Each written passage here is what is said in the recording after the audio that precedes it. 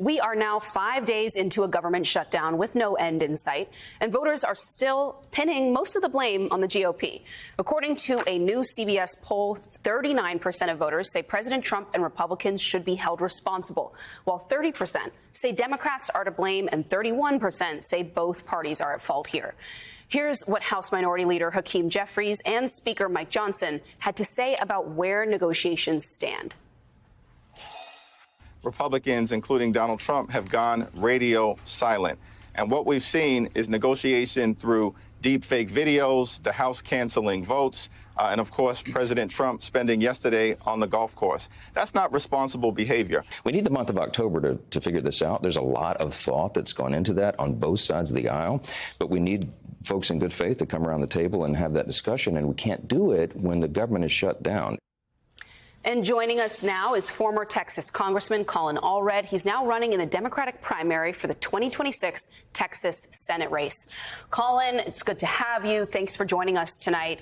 So, look, Texas Republicans are already trying to pin all of this on the Democrats. John Cornyn, Ted Cruz saying things like this is the Schumer shutdown. So what are you hearing from your constituents about how they're processing this, who they hold as accountable, and what do you think Democrats need to do next? Well, thanks for having me on. I was just in the Valley in South Texas talking to folks about this, and folks are obviously very aware that the government has shut down. I'm talking to Border Patrol agents and officers with the Customs Department who are not going to be getting paid. But we're also saying, hey, listen, Democrats were there last week to negotiate. They're going to be there next week to negotiate. The Republicans have to come negotiate for this. If they want to have Democratic votes, then they have to say what they're willing to negotiate with us for. And to me, there's nothing more important than fighting to stop some of these incredibly draconian healthcare cuts that are going to go into place.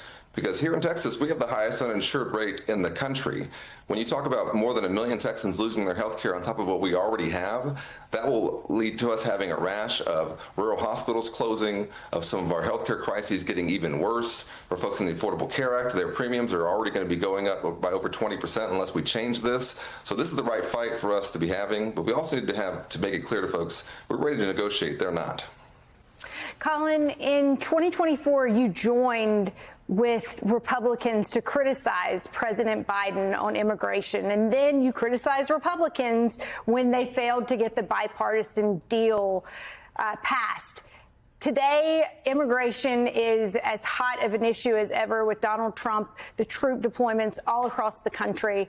What do you think is working, and what would be your alternative plan when it comes to immigration today? Yeah. Well, this is personal for me because my family is from Brownsville, where I just had a town hall. That's the very tip of Texas at the U.S.-Mexico border. My grandfather was a customs officer there, and I spent a lot of my childhood there.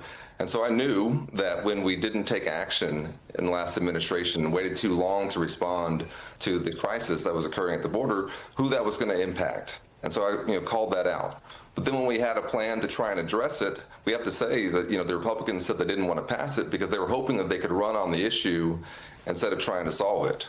But where we are now, having just spent 3 days in South Texas, I can tell you is a place that somewhere I've been going my entire life. I have never felt this level of fear, this level of concern among the communities.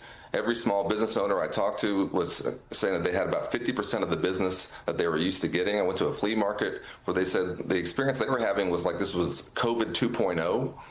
They talked to teachers whose students were having anxiety because of what was going on. And this is just not right. And so what I think we have to do as Democrats is put forward an alternative, that we can have a secure border, but that we can do it consistent with our values, that we don't have to terrorize communities, that we should pass comprehensive immigration reform to try and address all of the issues that we're facing here, including a legal immigration system that is broken, and that there's a reason why we've been able to do it in some cases. It's because we haven't had the leadership who wants to do it, but also because the Republicans, in many cases, would rather have the crisis than try to solve it.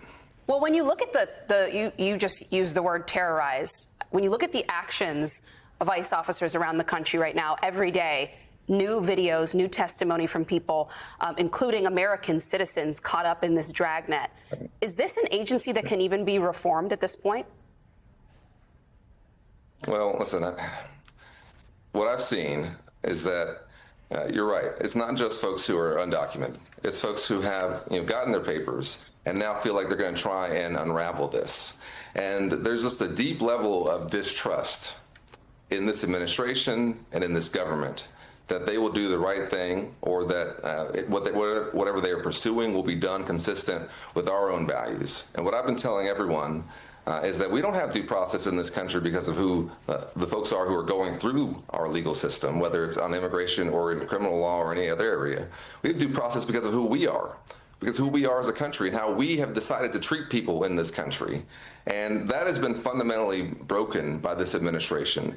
And I think we're going to have dramatic changes to our legal immigration system, to how we handle folks who are here, who are undocumented, to our deportation processes. I'm incredibly concerned about some of the messaging I hear when they're recruiting here in Texas for ICE officers. They're talking like they're sending folks to war, and they're telling them to go to war in their own communities. That's not a responsible approach to law enforcement or anything. And so I think the fear is based, unfortunately, on real facts.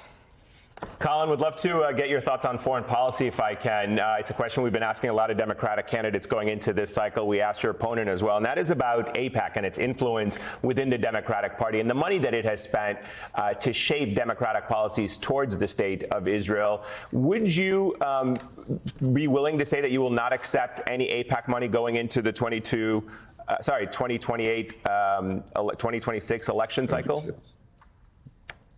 Listen, I wasn't supported by AIPAC in my last Senate race, and I won't be supported by them in this one either. They endorsed Ted Cruz last time, and they've endorsed John Cornyn this time. But what I've always tried to do, and what I'll continue to do, is I take positions that I think are in the best interest of the folks that I'm seeking to represent, of our country, of our national interests, and let other folks draw their conclusions. So that's what I've always done. That's what I'll always do. Well, let me just follow up on that, if I can, really quickly. You're out there speaking to your voters. Do they care about foreign policy? Do they care about what is happening in Gaza? What are they telling you about it? Yeah, no, absolutely. I mean, I think that is absolutely something I talk to a lot of folks about. And listen, I'm just as heartbroken as anybody about some of the images we see coming out of Gaza, the crisis that we know is occurring there, and we know that we have to act. And I actually welcome even this administration's efforts to try and bring this conflict to an end, to bring the hostages home. And my concern largely also, in addition to the instant crisis, is what are we going to do the day after?